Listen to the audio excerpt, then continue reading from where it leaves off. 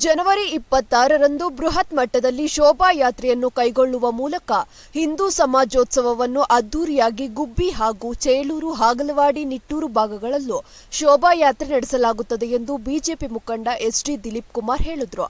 ಪಟ್ಟಣದ ನಾಗಲಿಂಗೇಶ್ವರ ಸ್ವಾಮಿ ದೇವಾಲಯದಿಂದ ಶ್ರೀ ಚನ್ನಬಸವೇಶ್ವರ ಸ್ವಾಮಿ ದೇವಾಲಯದ ಆವರಣದವರೆಗೆ 8,000ಕ್ಕೂ ಹೆಚ್ಚು ಜನರು ಕಾರ್ಯಕ್ರಮಕ್ಕೆ ಭಾಗವಹಿಸುತ್ತಿದ್ದು, ಈ ಭಾಗದಲ್ಲಿರುವಂತಹ ದೇವರುಗಳ ಮೆರವಣಿಗೆ, ಹಲವು ಸಾಂಸ್ಕೃತಿಕ ಕಲಾ ತಂಡಗಳೊಂದಿಗೆ ಯಾತ್ರೆಯ ಆಯೋಜನೆಯನ್ನು ಮಾಡಲಾಗಿದ್ದು, ಹೆಚ್ಚಿನ ಸಂಖ್ಯೆಯಲ್ಲಿ ಕಸಬಾ ಹಾಗೂ ಪಟ್ಟಣದ ನಾಗರಿಕರು ಆಗಮಿಸಬೇಕೆಂದು ಮನವಿ ಮಾಡಿದರು.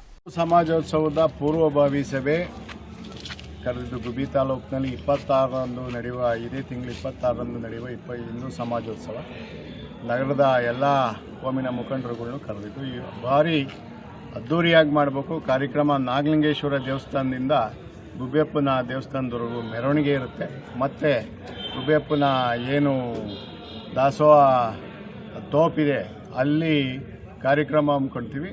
ಅದ್ದೂರಿಯಾಗಿ ಎಲ್ಲ ಮನೆ ಮೇಲೆ ಏನು ಕಸ್ಬಾ ಇರ್ಬೋದು ಮತ್ತು ಗುಬ್ಬಿ ನಗರ ಎಲ್ಲ ಸೇರಿ ಒಂದು ಕಾರ್ಯಕ್ರಮ ಇಲ್ಲಿ ಮಾಡಬೇಕು. ಮತ್ತು ಚೇಳೂರು, ಹಾಗಲವಾಡಿ, ನಿಟ್ಟೂರು ಭಾಗದಲ್ಲಿ ಒಂದು ಮಾಡಬೇಕು ಅನ್ನೋದು ಸಂಘ ನಿಶ್ಚಯಿಸಿದೆ. ಹಾಗಾಗಿ ಎಲ್ಲ ಕೋಮಿನ ಮುಖಂಡರುಗಳನ್ನು ಕರೆದಿದ್ದೀವಿ. ಈ ಕಾರ್ಯಕ್ರಮ ಯಶಸ್ವಿ ಮಾಡಿಕೊಡ್ಬೇಕು.